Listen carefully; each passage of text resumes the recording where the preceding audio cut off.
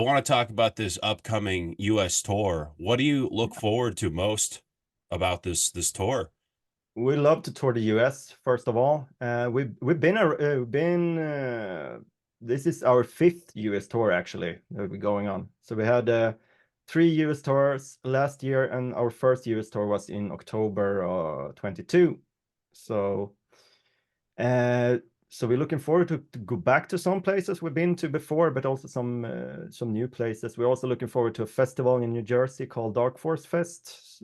That's gonna be very exciting. A lot of good bands there. So we're very stoked and excited to get over again, and we have our largest audience in the US by far. So it's a great crowd always. So we're just happy to be over and present some new songs actually, because we're coming with a new album in May, it seems.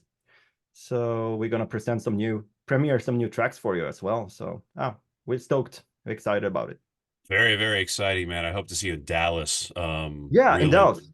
Yeah, Yeah, we yeah. play Sundown at Granada, right? I think. I think Is so. I'll have to Yeah, look yeah. back. Yeah, yeah. Very exciting, man. You guys, you put out Cool. so much, so the the stream of new music coming out of you guys is Mm. pretty impressive.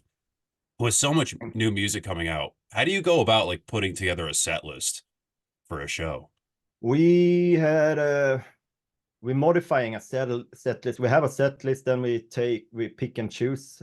Also depends on the length of the set we have, because if we support act, we of course have a shorter set, and we try to have the essentials. Then if it's some place we haven't been before and we think the audience haven't been presented to us, we try to pick some old and new stuff to in order to make a good presentation of what priest is, or what we stand for, what we Oh, have in our arsenal. But now we're gonna slip in some new stuff, because we're gonna headline now in the US, so we have a longer set. So we're gonna have some maybe older songs we haven't played so much live before, cool. along with brand new tracks that's gonna be unreleased at the time we're touring the US. So we're excited about it. It's gonna be fun.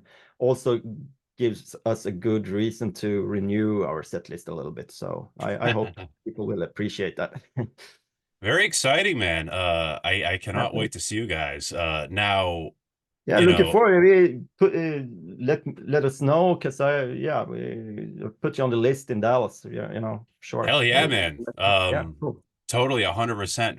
Very, very awesome. exciting. Now, I love you know, getting into Priest. I've really kind of gotten into synths and like other synth wave bands, I guess. How Awesome. do you guys go about finding the right synths to use to capture your Uh, sound?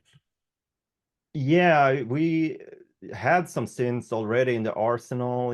My father is a musician and has a lot of synths since I was a kid. So we already had some old synthesizers, like a Moog Model D, the Mini Moog, and some other, like a Roland D20, and yeah, some other basic older synths from 70s and 80s.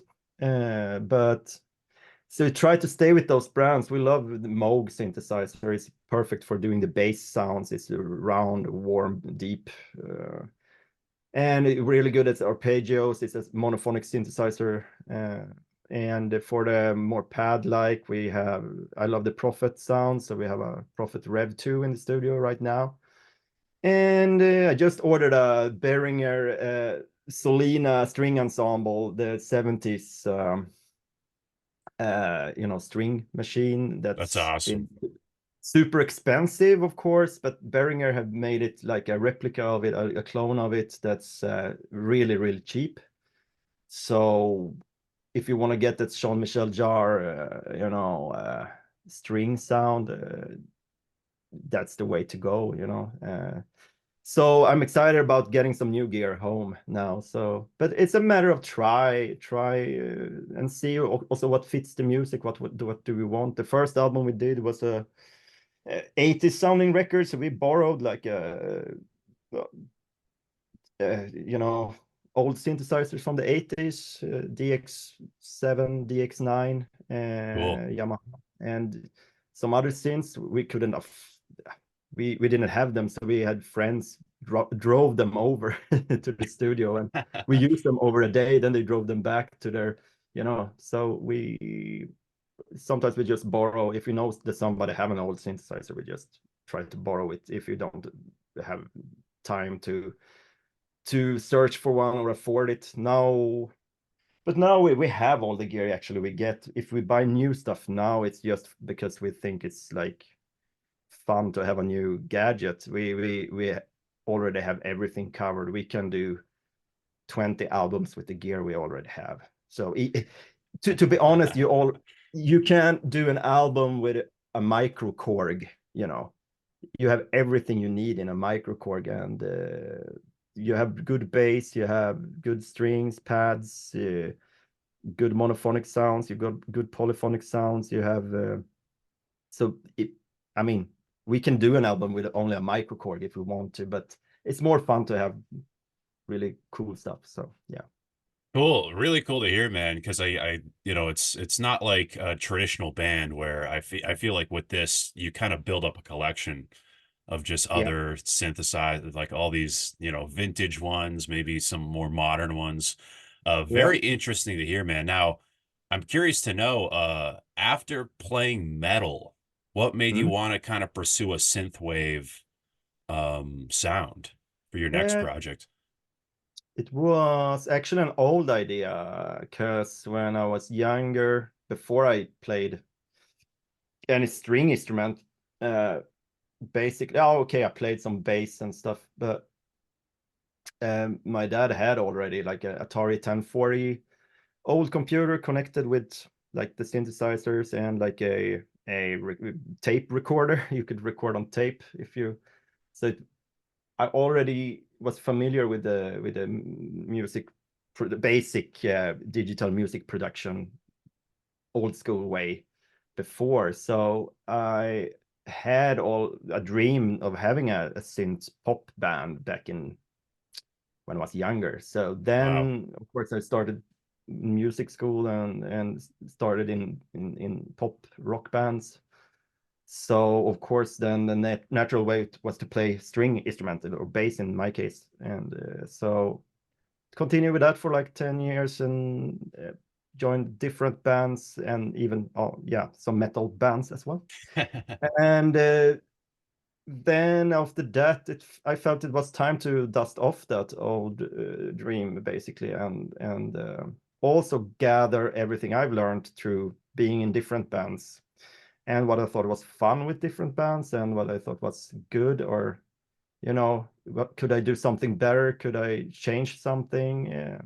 So I think the band you refer to is a theatrical band, and I love the theatrics of that, and I brought that along into a electronic band instead. So I just tried to mix and match together what I loved about having a lot of musical experience and being in different bands. So it was a natural progression, you can say. Yeah, yeah. I think you said once in the past that you just didn't want the party to stop, which is so funny. Why would Um, you? Why would you want the exactly. party to Yeah. stop? Exactly, exactly. If Now you can I make it continue. why Okay. not? Nothing wrong with that at all. And it's so cool to hear about that in your past because like Priest, especially when I first heard the first record, the debut, so organic in its sound and original, and it's like, wow, it feels like this was what you were supposed to be doing all along. Because Yeah. it Thank you. sounds so true to yourself as like a visionary. Do you Yeah. remember the first Priest song you ever wrote?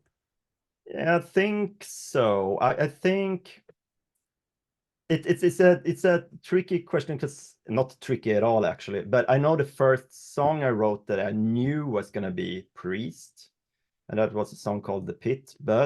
Interesting. Uh, but some of the material that ended up in Priest was actually written before. Some material were written years before that. Wow. That I just, when Priest already was up and running, I backtracked some old projects in Logic or whatever I recorded with. And at one time I actually found an old Tascam recorder, pocket recorder, and I just switched it on. It was old. So, and then I found that I've been recording some songs on guitar on that one that was years old. So, and that ended up, I think the oldest song is the one called Call My Name. And that's actually Interesting. one of the songs I found in an old Tascam pocket recorder, and that might Wow. have been from like 2009 or something, maybe something like that. Wow. But the pitch was the first like defining song I think we wrote that we knew was gonna be for this new project, which eventually was called Priest. Yeah. Yeah, yeah. Well, I was going to ask how much you feel your creative process as a musician has grown since being a Ghost, but I feel like it's been going on a lot longer. Like I Yeah. had no idea you've been, working on this kind of music since like the 2000s. Yeah. That's wild. How much do you feel your creative process has grown from now to then? Oh, a lot, but I mean, the Yeah. first recordings I did was on that tape recorder, early 90s, basically. Not Oh maybe yeah, yeah. mid 90s, mid 90s. Wow. But that was just, yeah, demos, very. So, but I started music school in maybe what was it, 98, 99 or something. So we did some recordings back then, but that was, yeah, not very good. I'm never gonna release that. Uh, but then I've basically been playing and recording in different like small bands since then. So I have a lot of, even if it was not bigger bands, it was like a lot of experience and studio experience, even if it was not like big budget studios. It was small studios driven by people we knew. Some studios bigger, some studios smaller. Uh, Among others, we recorded some demo stuff in a studio, which later was used to record the first Ghost album. Which was recorded in Linköping in Sweden, where I'm from. So, but you gain experience all the time. I think it's a natural progress. You start out, you don't know as much, and then you build on to your knowledge. And I know a lot more. Today I can say I think I can produce a whole record, not mix it, but I think I can produce a record. I wouldn't Interesting. say that if 5 years ago I wouldn't say that I can write a record back then, but not maybe produce it. Today because I've been staring over the shoulder of a producer for 5 years now. So now I think I learned a lot now. So now I have my own studio since 1 year back. Uh, Yeah. but Yeah. I've been touring all the time, so I haven't been in it so much. But now it's time to like doing. I will try to do my best to produce now. So it's gonna be. But I'm gonna call our producer anyways to to double check everything. But Better be safe, but Nothing yeah, wrong with exactly. that. But Um, yeah, but it's an organic process. You learn all the time. You know how it is. It's a building process. yeah. I'm a better songwriter today. Uh, Better. Yeah, man, it's crazy the quality of consistency, of like every new single's like, wow, this is so good. Burning Love is fantastic. So, Thank you, so man. good. And it's like holds up to the band's best material, in my opinion. Now, I want to go Thank you. back to New Flesh. You were talking Yeah, about producers. You were working with the same producer that was on Opus, yeah, yeah, right? yeah. Yeah. This is How Simon. are Yeah, you still working with him? yeah, yeah. Wow. We're good friends. So he produced the latest album that's gonna be released later this year, and we already talking about starting when to start up the production, maybe of the next one. Yeah, actually. So we'll see here. We see how much time he have. But Yeah. now when I'm gonna produce a little more from the start, it's gonna be maybe more of a collaborative production solution for us. Like I'm gonna be the like co-producer more of and maybe we produce together instead. So we'll see. Cool. We stick with each other, you know. So I think it's a good collaboration we have going, and I'm gonna be trying. I have another guy in the US. We're in discussion of trying maybe one song or two right now, just to get another flavor of the production. But we're just starting out those conversations right now. We've sent some tracks back and forth, but we're not in talk to produce an album or something. We're just trying to see what we can find and if there's some other sonic ideas that we can like explore and stuff. But yes, that's true. He produced the first Simon Söderberg produced the first Ghost record, Opus Eponymous. Also, Cool. yeah, Cool. You were talking about Dark Pulse, which is coming out soon, kind of. You yeah, were saying yeah. you're already looking at the next project. How far in the future are you looking right now? A couple of years. Um, Okay. but yeah, because we started a process with the new like costume designs as well. So Cool. deadline for that is in about a year or something. So Cool. we're planning to have a new visual concept and a new album ready. Deadline is 1 year, but that means maybe it takes a little bit longer. We'll see. Of course. Well, the Priest fans are eating good because there's always stuff Yeah, coming out. Like there's always stuff to look forward to, and I feel like there's always a single every time I check yeah, the good. band's page. It's Good. very awesome. Now, Yeah. New Flesh. I have to ask, what was the writing recording process of this record? Mm. It was mostly my projects that I've written at home at that time on the computer, but I did them very simple ones because in order to give room for production, you know. So I don't want to. I didn't want to produce it because I was limited because of my limited knowledge in production at that time. I didn't want to starting to try to produce it if I could take just the skeletons of the songs into the studio and let a professional producer do it instead. So, Interesting. Yeah. but I try to have the bass lines or the chord progressions and the vocal melodies and lyrics as ready as I can make them before I go to the studio. So studio work is only going to be execution of the production and not too much of composition and additional, you know, try to figure out the songs more. I like to do that at home. So and it's some songs I co-wrote with the singer at that time. The Pit, we co-wrote the lyrics together, for example, and some songs I co-wrote with Simon, the producer, also, because sometimes he had good ideas of how to maybe improve the melodies and or prolong a verse or like change a chord here and there. So that we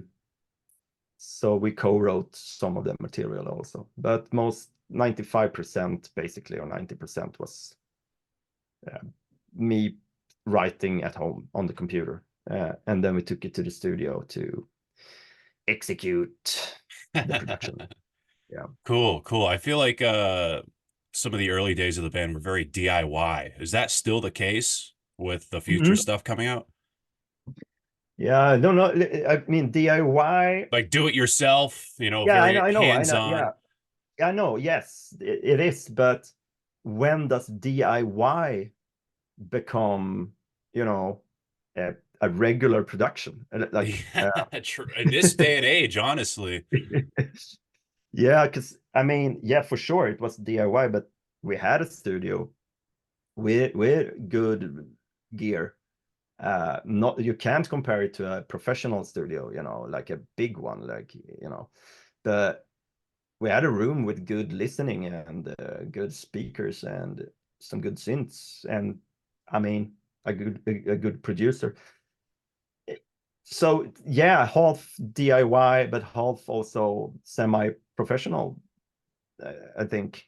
But we are DIY. We have our own record label, and we don't, except from like hiring a master engineer and a producer, we do most of the stuff ourselves. Like maybe a person that does artwork for the album, but all the cover design, having the label ourselves, and we're pretty hands-on most parts of the production. So you can call it DIY, but we're getting better at it. So maybe soon we are more professional than DIY. I don't know. Well, I feel like, what's so cool about you guys like being more hands-on is because you guys have that big sound already. Like even looking at the album art, hearing the music, the the band's image, you guys already are theatrical, have this big production. So, as a fan, I definitely admire that, and it's really cool to hear. And I kind of prefer that with some of the music I listen to, how Thanks, Brandon. hands-on um the band is. Now, as we're on the subject, what do you guys use to record your music? Like Pro Tools, Logic. Uh, Logic? this it was the DAW that we both moi and the producer used at the time. But I'm familiar with some other DAWs as well, like Cubase. But I haven't got into Pro Tools. I know that probably is the standard, but it's this basically the same. It is, yeah. I mean, so Logic at the moment, but I'm gonna try to actually get away from the computer a little bit. I have an Octatrack now, which you can do a lot with, Wow. and I'm awaiting like a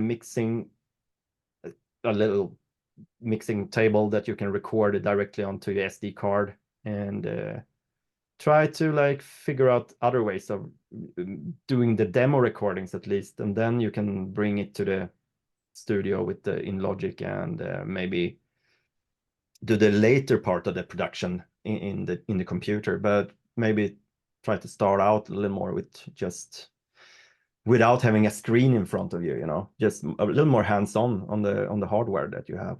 That's Cool. A uh, little more analog, I guess, yeah, since. yeah. Cool, cool.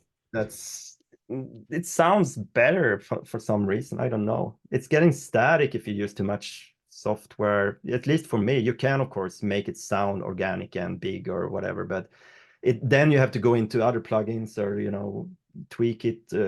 While when you have your analog gear, you can be just hands-on. It's more fun to turn the knobs and faders and stuff. So it's a Totally, nice man. feel. Yeah, yeah. Dark Pulse is coming out very soon. Very, very exciting, man, this new album. How does Dark Pulse stand out from the rest of the band's catalog? I think it's gonna be the darkest album. It's a bit risky lyric wise. It's the first Interesting. album that we're gonna have the parental advisory Wow. logo on, because I don't think some songs are suitable for kids and stuff. So, and the children. But it's a fun record. It's tongue in cheek. Even if we go a little, heavy on the explicit side, it's always done with a little tongue in cheek. It's we try to get more genres in there. We have some acid track, basically some acid influences, and we have Interesting. more techno. We also, of course, have the pop melodies and everything. But I think for me, it's the best album we've done so far. But you always say that about your latest record. Well, I I believe it, think man. some people we played it for, they also most of them think that too. So I think for those who still favor New Flesh as the best record, which I can understand because it stands out in its own way for many reasons. I think this is gonna be the record that sounds most like New Flesh, but with a much, a grittier touch to it, basically. Yeah. Cool, cool. Very, very exciting, man. How long has this record been in the works for?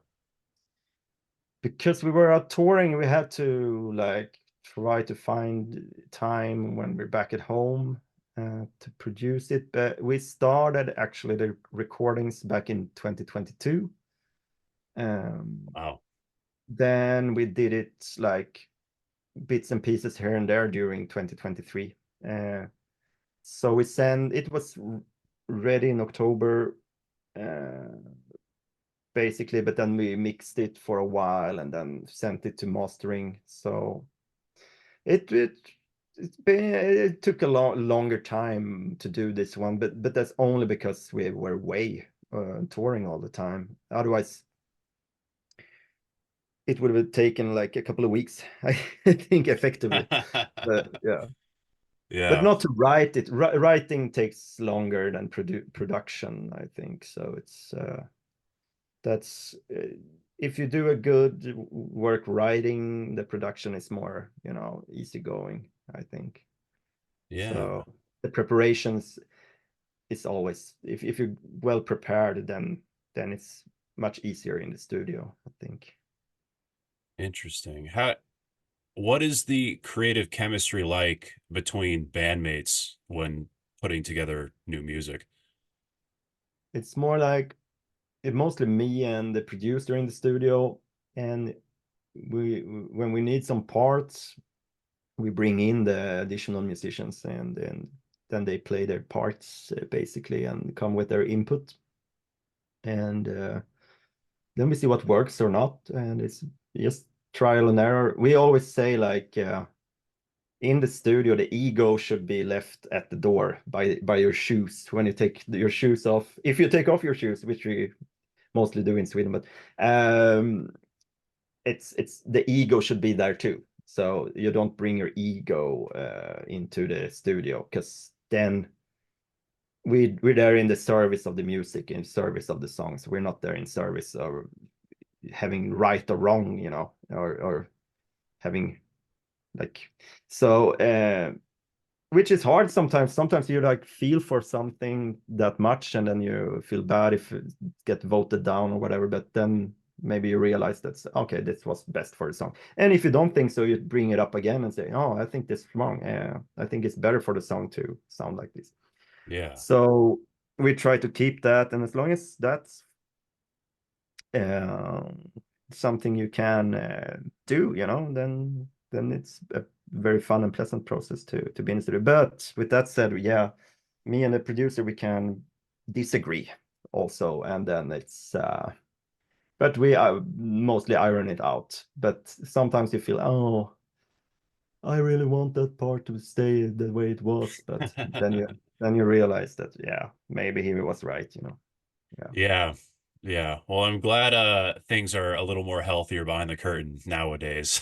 Yeah, You yeah, know what for I mean? sure. Yeah. Yeah. No, yeah, it's I never, well, been in some bands, so of course it's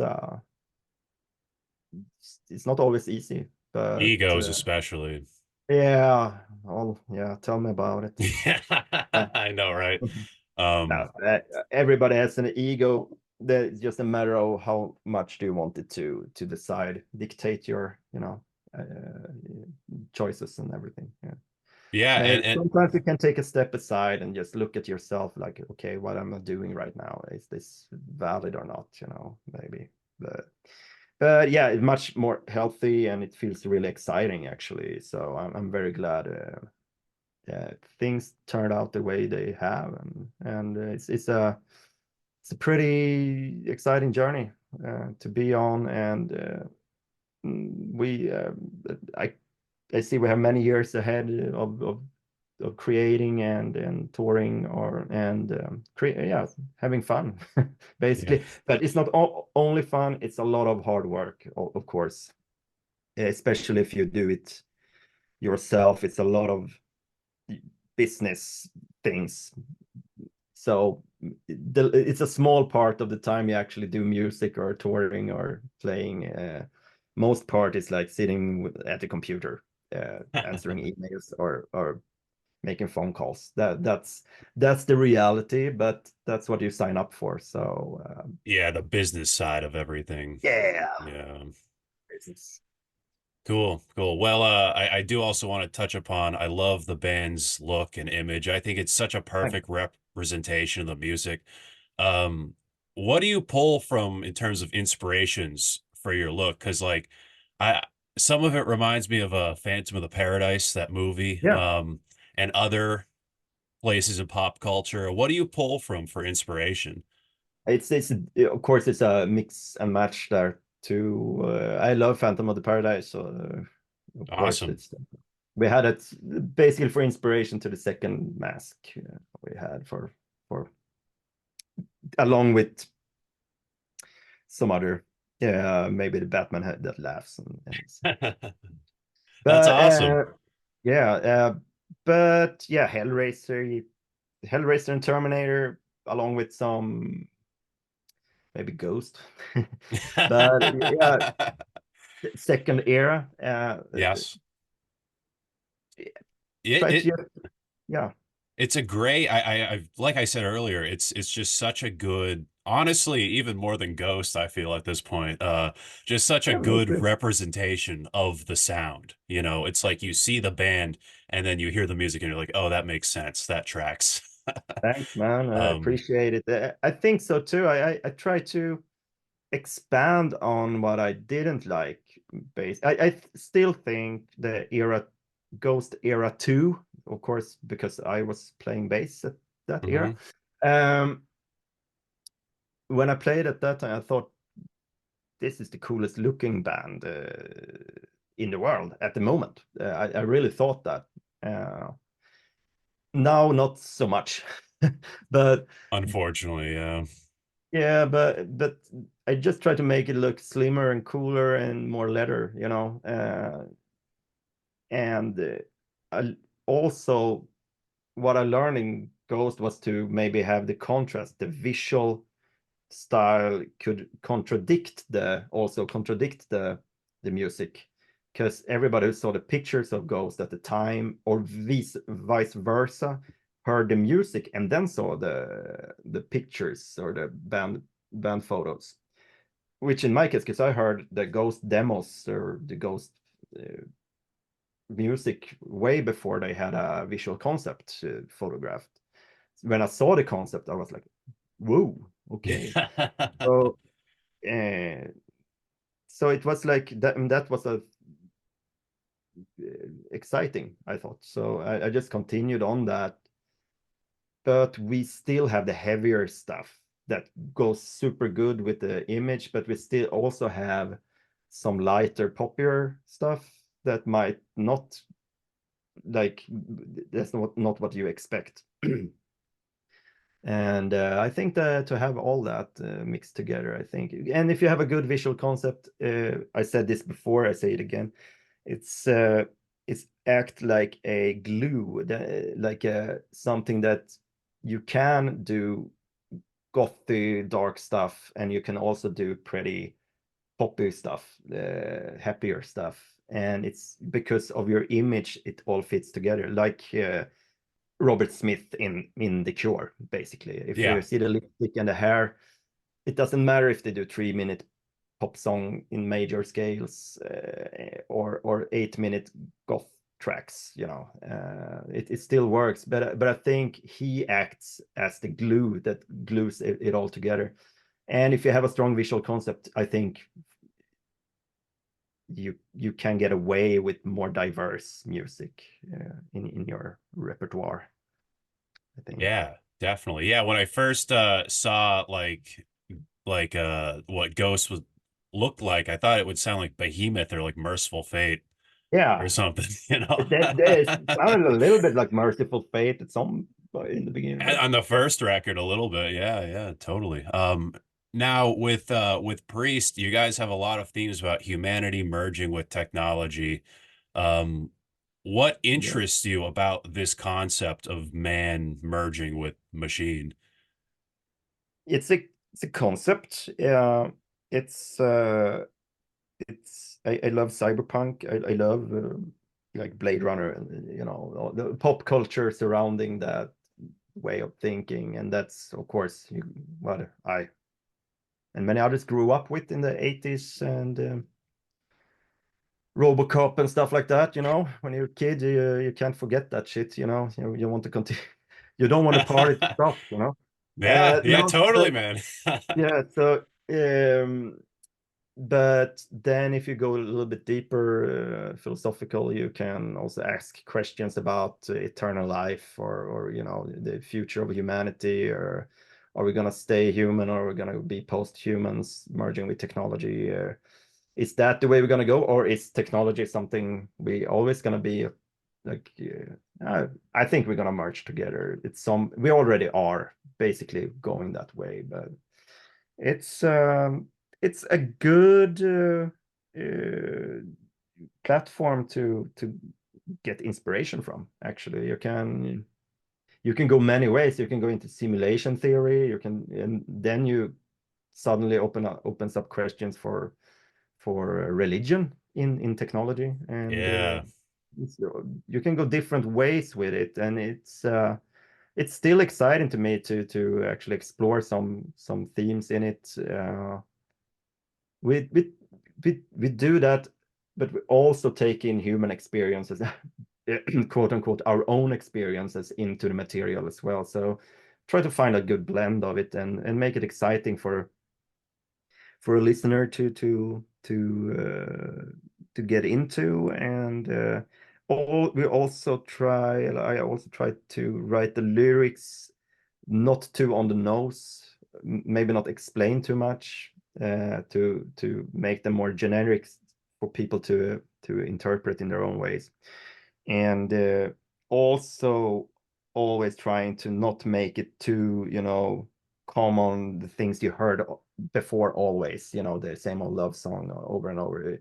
I try to get something in the mix in there to make it stand out a little bit from the average songs. And having a platform like that, like the merging with machines or whatever, cyberpunk, that already gets the answer to that. So you can write a love song, but if you implement those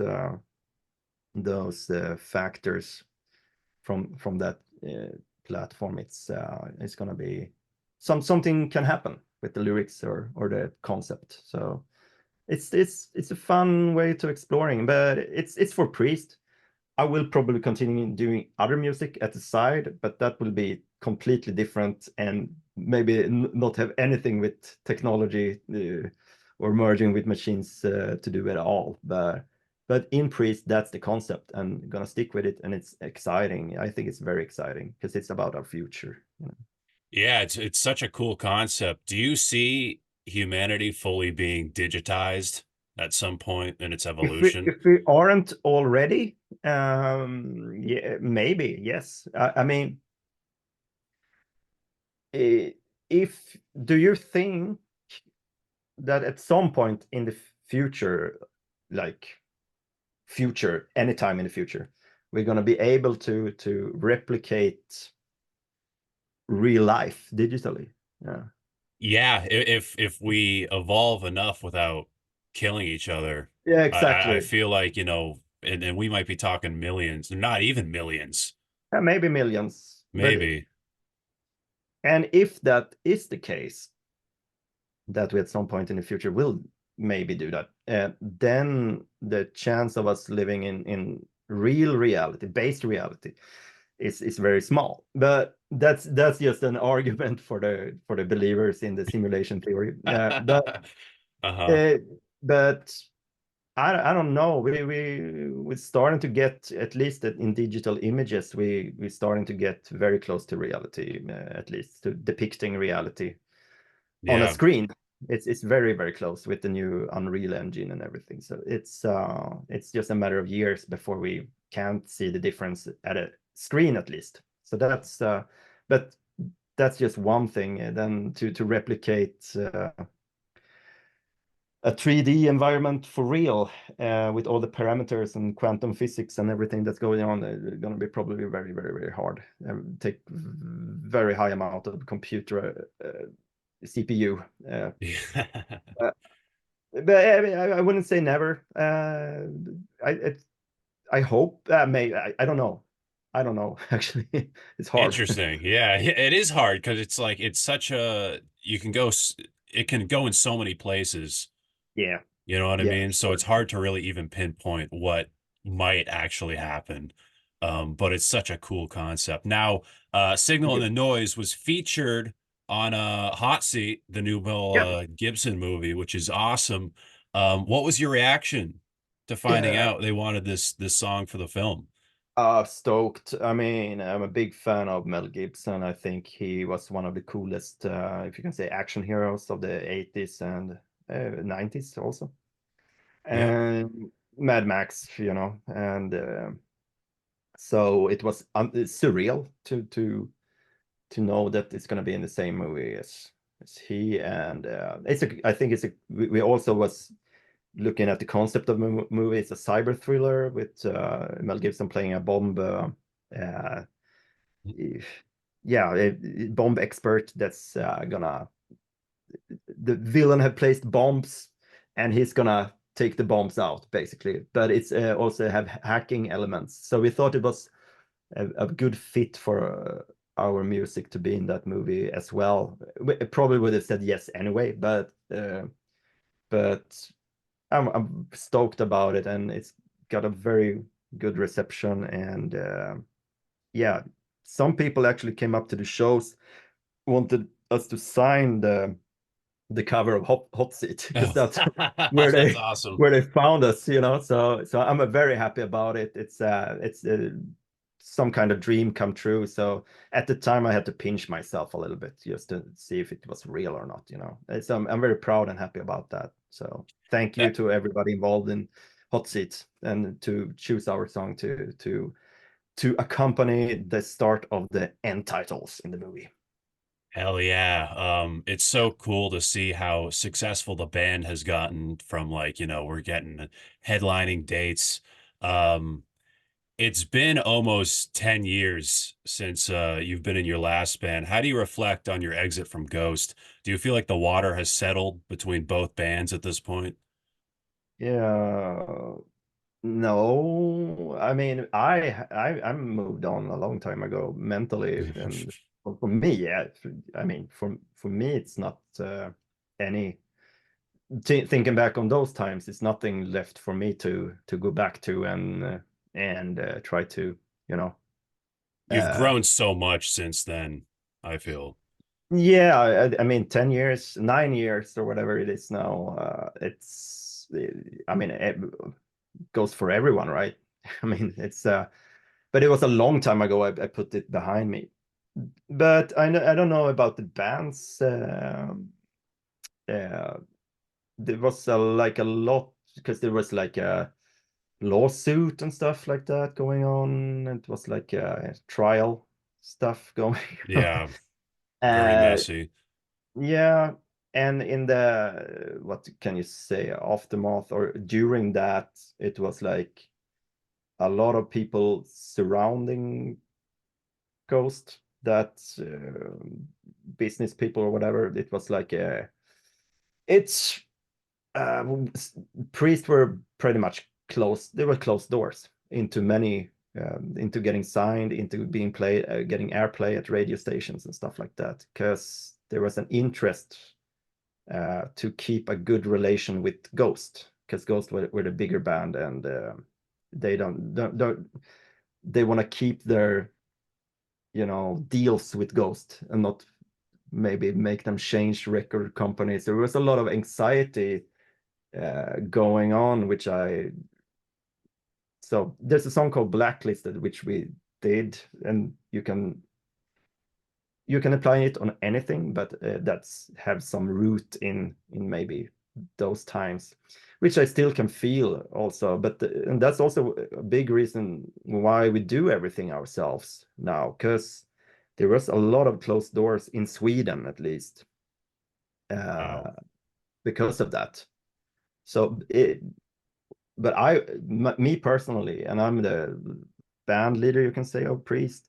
I didn't have anything to do with the trial or anything. So it was very strange for me to experience uh, those things actually. So, Yeah. but that's showbiz, you know. That's a part of showbiz. And what do? You don't you just move on and take the next step. And part of me is pretty glad that we did, because now we are in full control of all the aspects of our what we are doing. We're not having a record label that says telling us what to do. We don't have a maybe a management or whatever, you know. So it's a nice feeling to be in control over everything. And if you do something wrong, it's on you. But if that wouldn't have happened, I think we would be in another position, you know, uh, popularity wise than we are today. Because how does a band get popular? Yeah, you get help from record labels, you with bigger budgets, you have a management that works for you, you have you have money to pay a PR agency, and if you have all those, you automatically will rise your band to another completely other level. But that means all the people around you have to believe in you and throw money at you, basically. So and if that isn't the case, it's a smaller world, you know, for you. But I like it. I think also we um, embarked on a different genre here, which we in Sweden we are one of the biggest synth bands, you can say.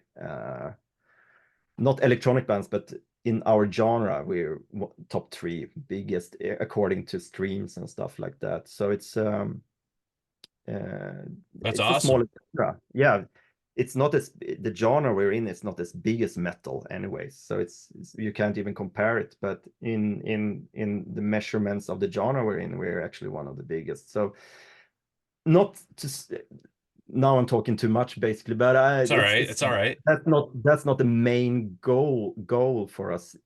I think we're pretty fine with being at the exactly the level we are right now, because I mean we're touring, we're having fun, we're doing records and stuff. If we grow more, that will mean maybe more, yeah, what comes Yeah. with growing, it's gonna be other stuff's gonna happen, you know, and you have to involve more people and everything.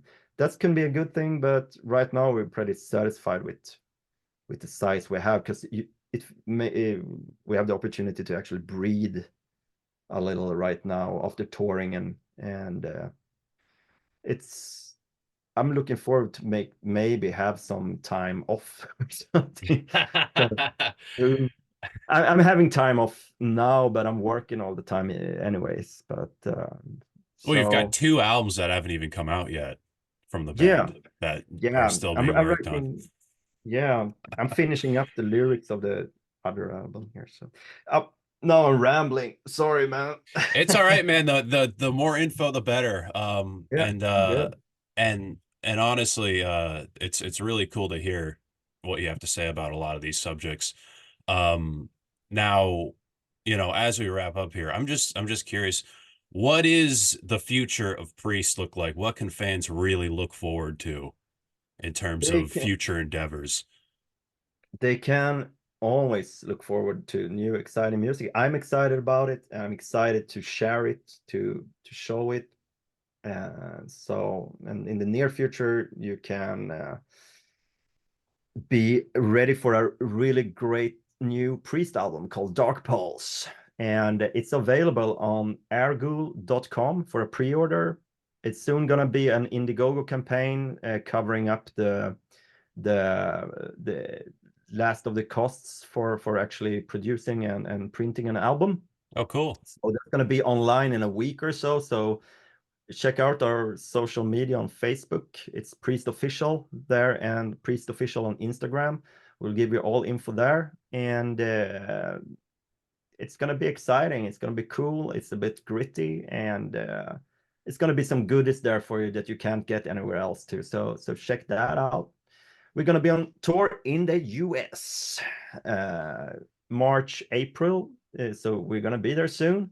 Make sure you show up and get a, say hi to us also, and have a good time. Come to the show. We're going to tour with Julian K and September Morning. So it's going to be a killer lineup. So be there, Hell we have yeah. other stuff in the making too. We're always working on new music. So uh, just stick with us, like what we do on YouTube, and follow us on the social media, and you get all the info you need. Hell Thanks. yeah. Awesome. Awesome to hear, man. Thank you, Mercury, thank Brandon. you so much for doing this, man. Really appreciate it. Oh, pleasure's all mine. Thank you, Brandon, for inviting me. Of course, of course. Yeah, I literally when I messaged you or sent you an email, I literally called my podcast DTP. It's called Disturbing the Priest. Why did It's you disturb me? it's because it's based off the Black Sabbath album. I'm Yeah, of like, course, of course. Yeah, yeah, well, I'm like, uh-oh, that's probably a red yeah. flag I thought it was funny. for Mercury. Yeah. Awesome, awesome. Well, thank you so much, man. I'm Brandon Thank you, Battick, and Brandon. this is Disturbing the Priest.